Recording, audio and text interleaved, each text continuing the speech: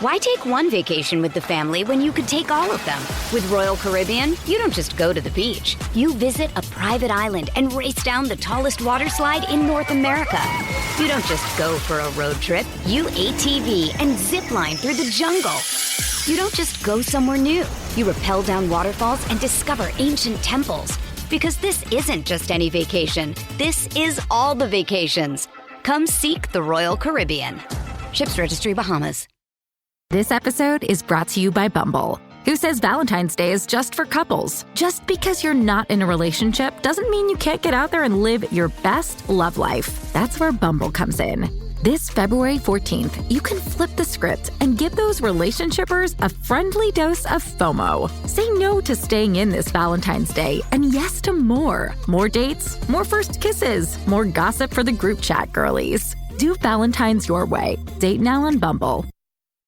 Hey everybody, I'm Chris Fafalius, and I'm the producer of Krista Makes a Podcast and the host of the One Hit Thunder podcast. And I'm Matt Kelly, host of Horror Movie Night and the producer / the head of content for the Geekscape Podcasting Network. Between the two of us, we have, believe it or not, 25 years of podcasting experience, and we want to help you start your own podcast. We know podcasting, and we want to share that knowledge with you. So whether you're new to podcasting or you want some feedback on your currently active podcast, we want to help. Or perhaps you're just overwhelmed with all of the editing work. Well, we can help you with that also. You can check out our website at weknowpodcasting.com for more information. We're excited to help your podcasting dreams become a reality.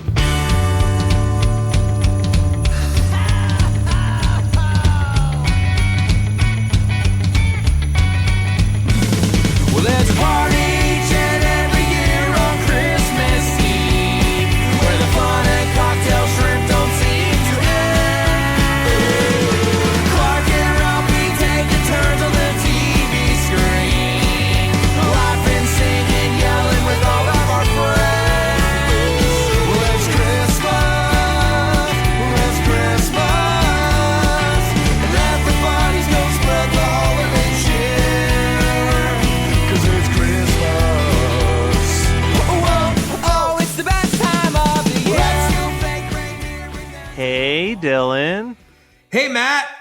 So, this one is your pick. You wanted us to revisit one of, I think there was only maybe 3 Boy Meets World Christmas specials. I don't think it was a yearly thing for them. No. But you had us watch A Very Topanga Christmas from season 5. 5. Yeah. Boy Meets World Christmas episodes, all of them are part of my Christmas watching season.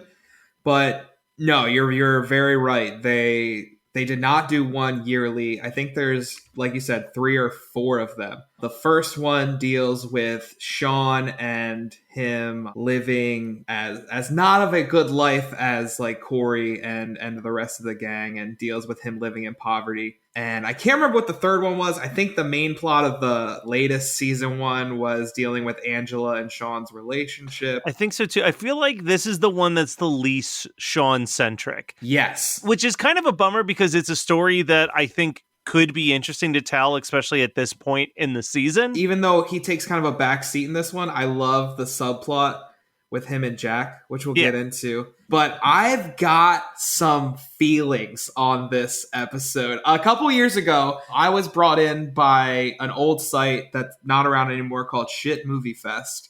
Okay. And what they do around Christmas time is they would put together what was known as Shitmas.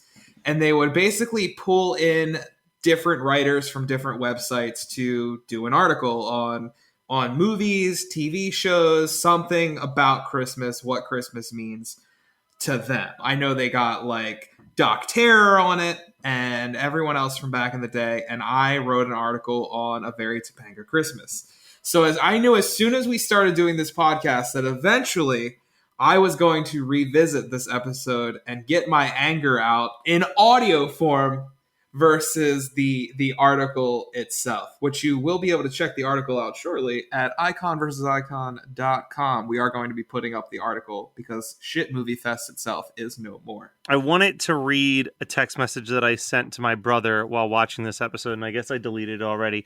So to paraphrase it roughly, it was, I'm watching this Boy Meets World episode, and I'm relating to it hardcore. Now, in this episode, Topanga is just dominating the Matthews Christmas with all of her family traditions.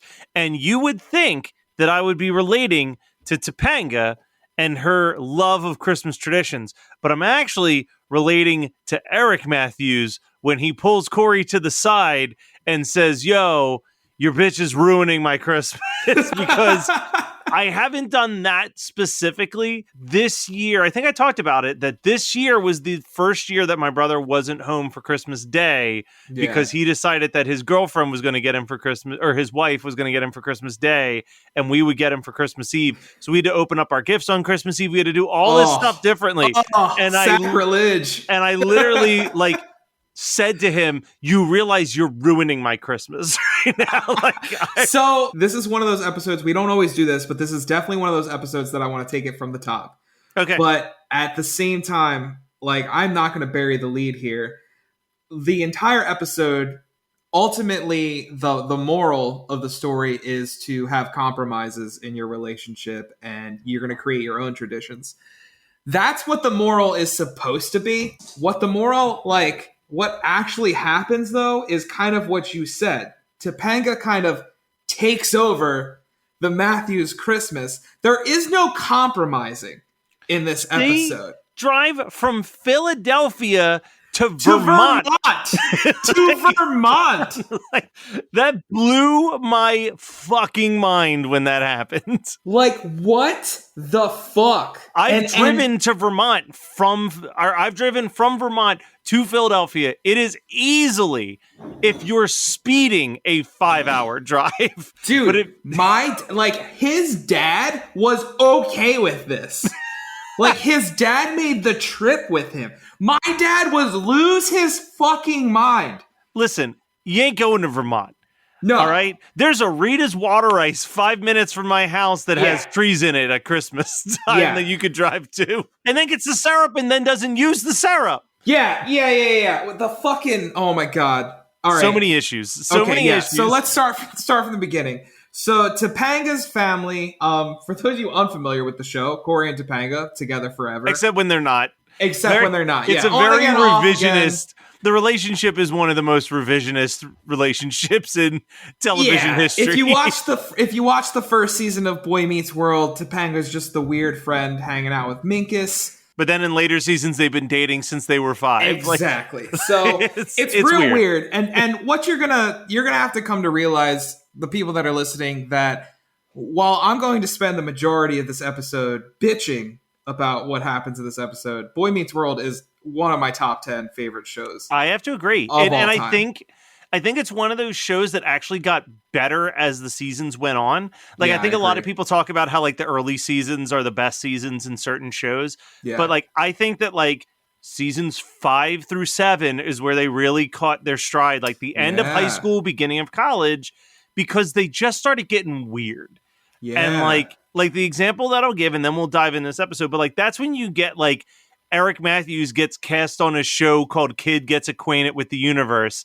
And it's literally the entire cast of Boy Meets World playing actor versions of themselves. And it just becomes very meta, very anti-sitcom. It actually has, the last 2 seasons of Boy Meets World have so much in common with The Simpsons and Community that it's insane to think about. But you get a full noir episode. Yeah, it gets really weird. Oh my gosh. Did you do a Boy Meets World podcast? I made it to season 2, I think. I think we did the first 2 seasons.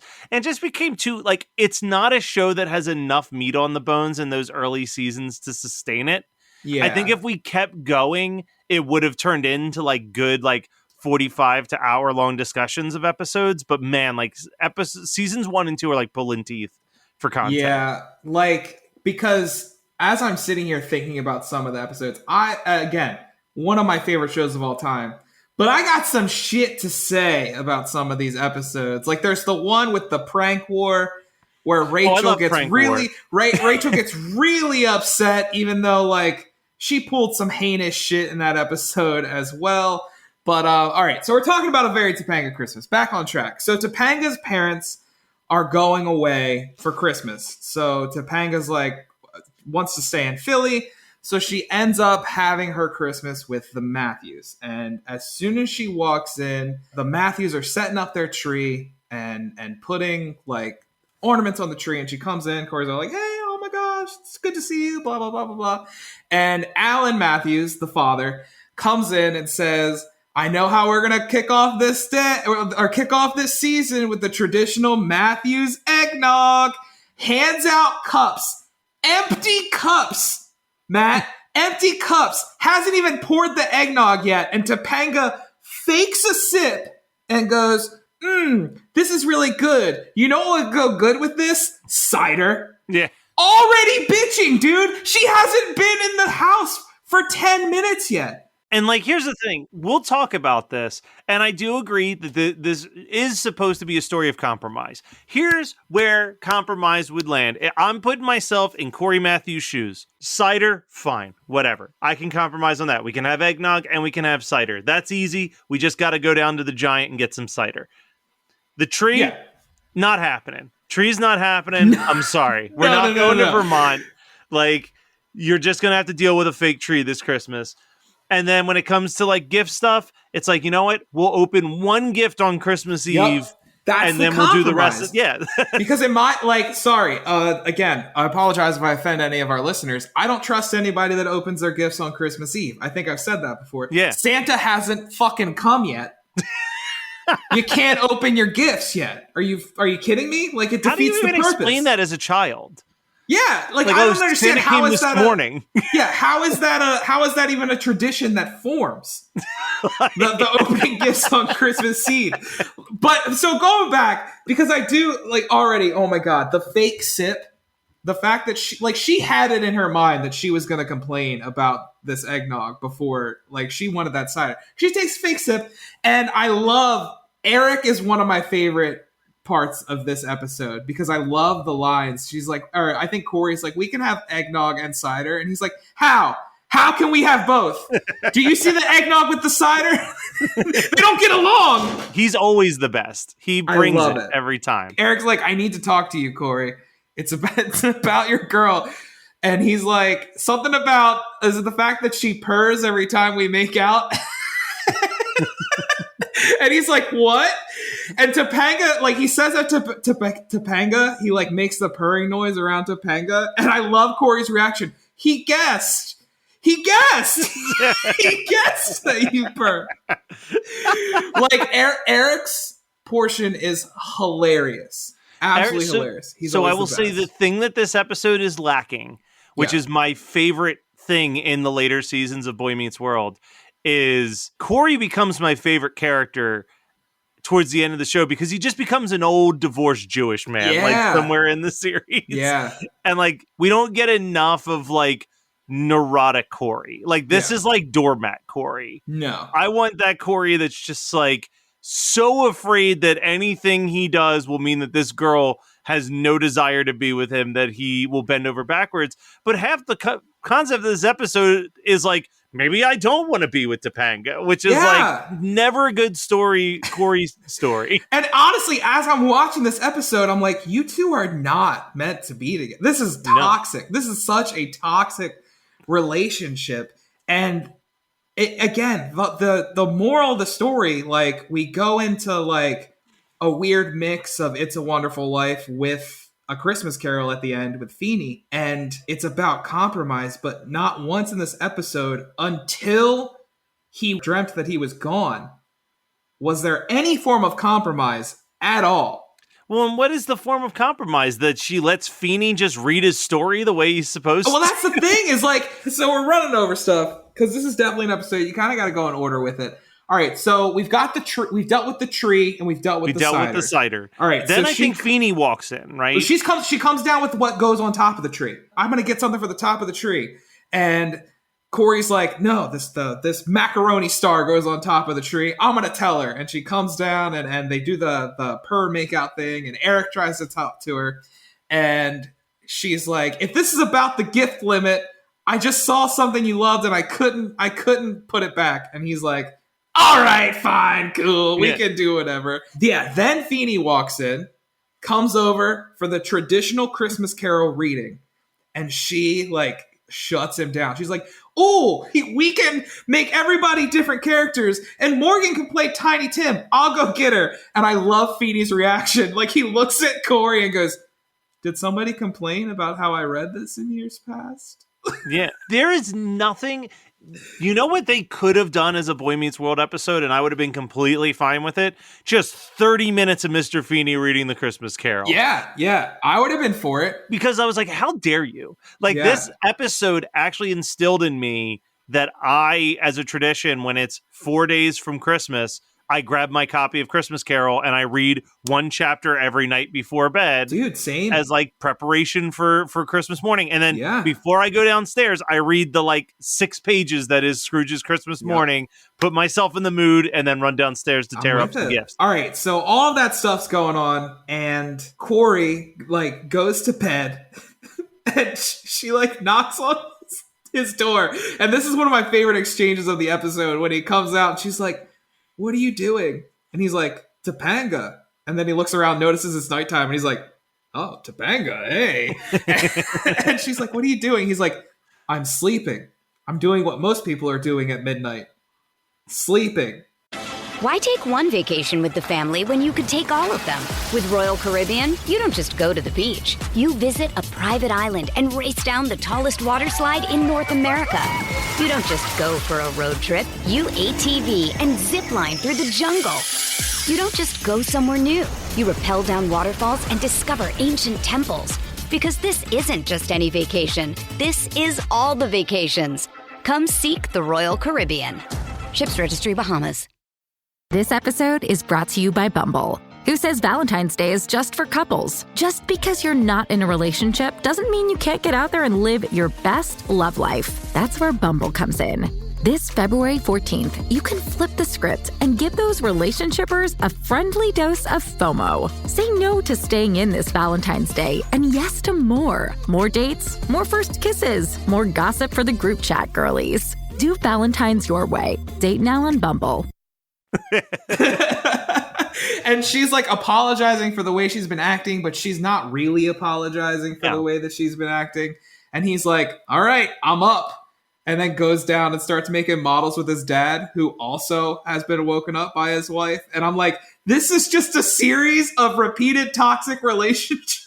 So I got to correct you on one thing, because it's not midnight. Right? Oh, okay. It's 3 o'clock. It's 3 That's in the morning. what it is, yeah. And here's the thing. This is why it's so much worse. Someone wakes me up at midnight. Yeah. I can go back to bed.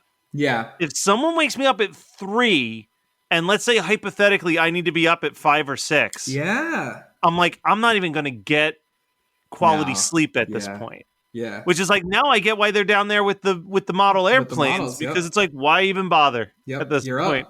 You're up. But that is not the final straw. The final straw comes the next morning, I believe, when Cory goes downstairs and they're pancakes, right? The Christmas tree-shaped pancakes. He pulls out the syrup, and she rips the syrup off the table. And she's like, "Nope, these pancakes don't get syrup. They get snow." And he's like, "We drove to Vermont for that syrup." So he's already angry about that. And then she's like, "I figured we'd go Christmas caroling later."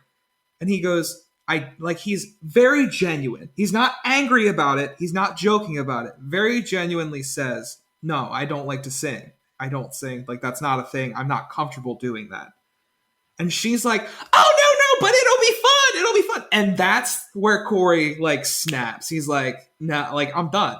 And pieces out. Yeah. And heads to Sean and Jack's apartment, which is one of my favorite B plot in Boy Meets World. And what sucks is it's only like 5 minutes of the actual only episode. 5 minutes in this episode. I will say one thing. Yeah.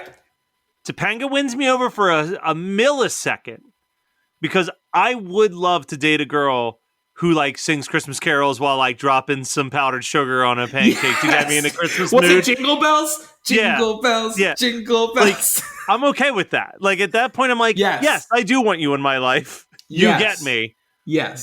But then she breaks that immediately by continuing to push. So he gets to Sean and Jack's. Now, Sean and Jack, there's a whole season 5 plot line here in which Sean has discovered that he has a half brother. Yeah. And his half brother grew up with money and super privilege rich. Yep. and doing really well for himself.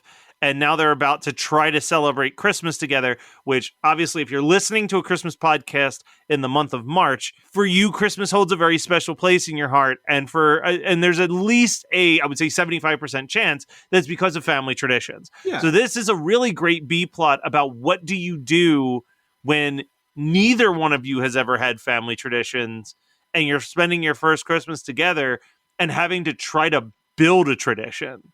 Yeah. So they go back and forth. Jack talks about all the extravagant things he used to do for Christmas.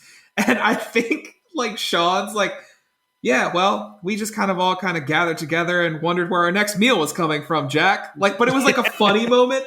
It was very played for lighthearted. And both of them come to find out that they both love to ice skate. So they're going to go ice skating together. But I love the running gag. Like, Cory comes over to complain to Sean. And like Matt was just saying, this is, like, Jack just got introduced this season. So Jack is more acquaintances with the rest of these characters than he is friends with them yet. Eric hasn't even moved into the apartment yet. He's still living at home. Yeah. So Cory comes in and is, just bitching about Topanga. And I love that Jack's, like, constantly like, I don't really know her.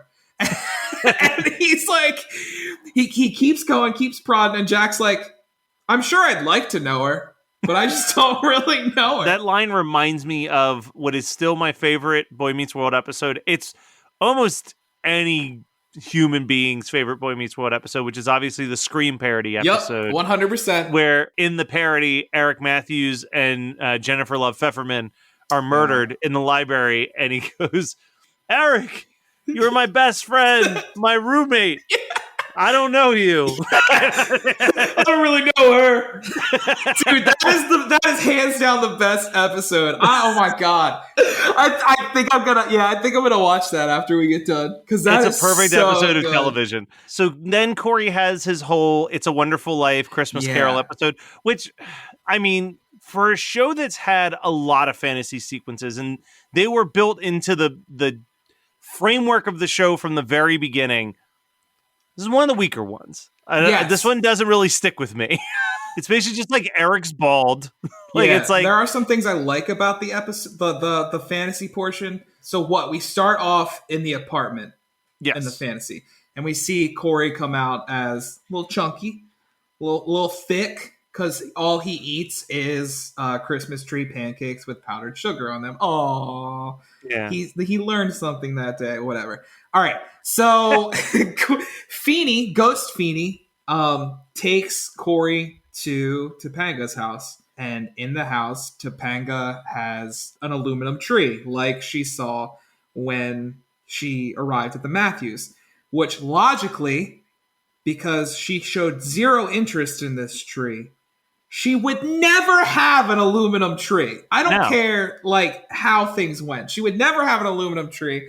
But listen, I do this is Cory's version of what he hopes will happen. I do like portions of when he gets there. So I think the three kids come in, and if I remember correctly, one of the kids is played by the same kid who plays the creepy kid that Cory and Topanga see when they move into the apartment. Do you remember that episode? That's probably accurate, but I barely remember that. Yeah. But I love, he's like, oh, she's alone. Oh, Jack came over to help her with the firewood. And Jack kisses her, and he just looks at her and goes, I don't really know you, but thank you for marrying me. I'm serious. Like, again, I have so many problems with this episode, but there are also so many good quotable lines from this episode. It's not a bad episode. I have a question for you, because you said that you've watched pretty much every year, you watch all of them. Yeah. So the Mr. Feeney reading Christmas Carol. Yeah. I feel like an earlier Christmas episode ends with him just reading the Christmas Carol with no lead in.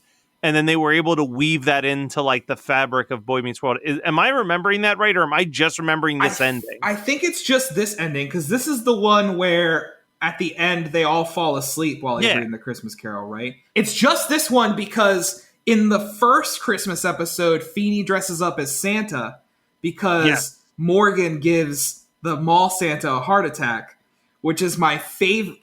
The first one, even though we're talking like early Boy Meets World isn't as good as later Boy Meets World, the first Christmas episode is my favorite. I absolutely love when Morgan gives mall Santa a heart attack. And Morgan's hanging out in the bathroom crying. And Eric and the mom are sitting outside the bathroom. And he's like, yeah, Morgan, Santa called. He's okay. He picked up the phone and he went, hello, Morgan. Ho, ho. Oh, no. Absolutely kills me. Like, seriously, when you're done listening to this, go watch the first Boy Meets World Christmas episode. And we'll do an episode on that, too. Oh, We've 100%. We got 100%. 365 episodes to record. We'll get there. It's true. It's true. But yeah, I mean, I also think this episode, it's probably one of the most frustrating episodes of Boy Meets World for sure. But I also think it's an episode that definitely kind of peters off. Yeah. A little bit. It definitely, I mean, I think that the ending with Mr. Feeney reading to them is like iconic. Yes. Like, I think about that specific scene way more than I can even explain. Like, I think of that shot of him just reading the book and it panning to all them sleeping constantly. Every December, that image is like burned into my brain as like what I would consider like a perfect Christmas moment. But I never watched this episode because it's so fucking frustrating. Yeah, this episode, like you just said, I wrote a whole article about it. I really wanted to talk about it on here. All it does is piss me off, but at the same time, I find it similar to the first Christmas Community episode in that the episode as a whole, and we discussed, kind of weak, but there are so many lines in it that I remember and so many like just chuckle-worthy moments that as a whole, the episode's a little weak, and it does make me absolutely like despise Topanga and the way she's acting. But there are lines in it that I will quote to this day for sure. So I've got a question for you. Yeah. Because for me, I have never had a relationship during Christmas time. It's just never happened for me. So my only experiences of having to compromise is having to compromise with like my siblings getting married and then their significant other stuff. Yeah. Now, you, I know, have not had that be the case. You've actually been in relationships. Yeah. Have you ever been in anything like this where it was this much of like a holy shit, we really need to sit down? Or has like the compromise always been pretty, not, I don't want to say easy, but like it became quick to figure out, okay, this is what we're going to be doing with your family. This is what we're going to be doing with my family. These are my traditions. These are your traditions. How can we meld them? What new traditions can we create? Like that whole shebang. Yeah. I mean, it's always been more of the latter. I don't want to say this sounds bad. I've gotten lucky and not really lucky, but my family has always been closer than the person I'm in a relationship's family. Yeah. So it's been easier to compromise, but at the same time, like I'm also pretty easygoing with like, we've talked about this before. Our Christmases this year were kind of laid back compared to the Christmas season. And usually that's the way it goes. So my traditions during the Christmas season are more involved than like my Christmas Day traditions where I'm like, that's fair. Yeah, whatever you want to do, like I'll go with you to wherever your family's house and we'll go to my family's house and we'll do our thing. So do you have any closing thoughts on a Very Topanga Christmas? I think that this is one of the many episodes that kind of prove that Cory and Topanga probably shouldn't have been together. Probably not. Like, probably it's upsetting. Not. It's upsetting. And there's quite a few of them. Like the ski lodge season where Cory kind of falls in love with not Linda Cardellini? Is it Linda Cardellini? No, it's not Linda Cardellini. Oh my god. She played Velma in the Scooby-Doo movies. Yeah, that's Linda Cardellini. Is it? Yeah. Oh, okay. Yeah, all right. You're making me think I was crazy. Yeah, sorry. Edit around that. No. Don't make me feel dumb. No. It was Linda Cardellini, Matt. Duh. I want the record to show that I knew immediately it was Linda Cardellini. that was that. Yeah. I mean, I've always thought that. I was like, yo, Like, bad on you, Cory, for cheating on your girlfriend. That's like never cool, Yeah. especially a longtime girlfriend. Yeah. But man, don't we all dream of like that magical night where we're sitting on the couch talking to a person that we just met, and all of a sudden it's 4 a.m. and we didn't realize it. Yeah, Like, I feel like a lot of Boy Meets World episodes is Cory convincing himself that he's supposed to be with Topanga. 100%. I think that Topanga, and I hate to say it like this, but like, I think it's also one of those situations where Cory needs Topanga a hell of a lot more than Topanga necessarily needs Cory. Like, I think Topanga would be totally fine. Yeah. Like, Cory, all things considered, for her relationship with Cory, she went to a lesser college. Yep. Like, she kind of settled throughout her entire life to be with Cory. Where, like, I think if she wasn't with Cory, Sky would have been the limit. She would have been like the first female president. For sure. And it hurts my heart because I feel like as a Boy Meets World fan, you're supposed to be like, Cory and Topanga forever. But honestly, I don't think they were good for one another. Sean and Angela were better. Yes. And that's what's so frustrating about the later seasons, even though they're better, is you sit there constantly and you're like, you two are meant to be together. You two are forcing yourselves to be together.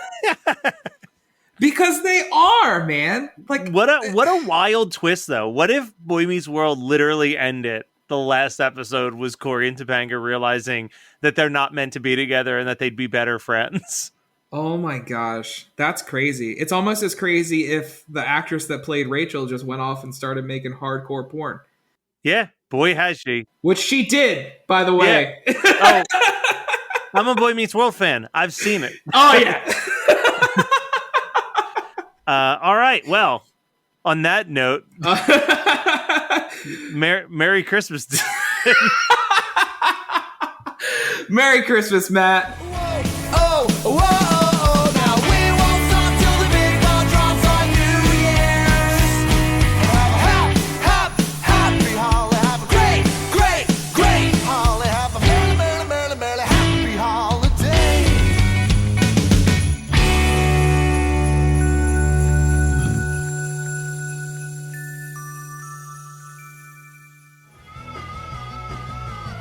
You're listening to the Geekscape Network.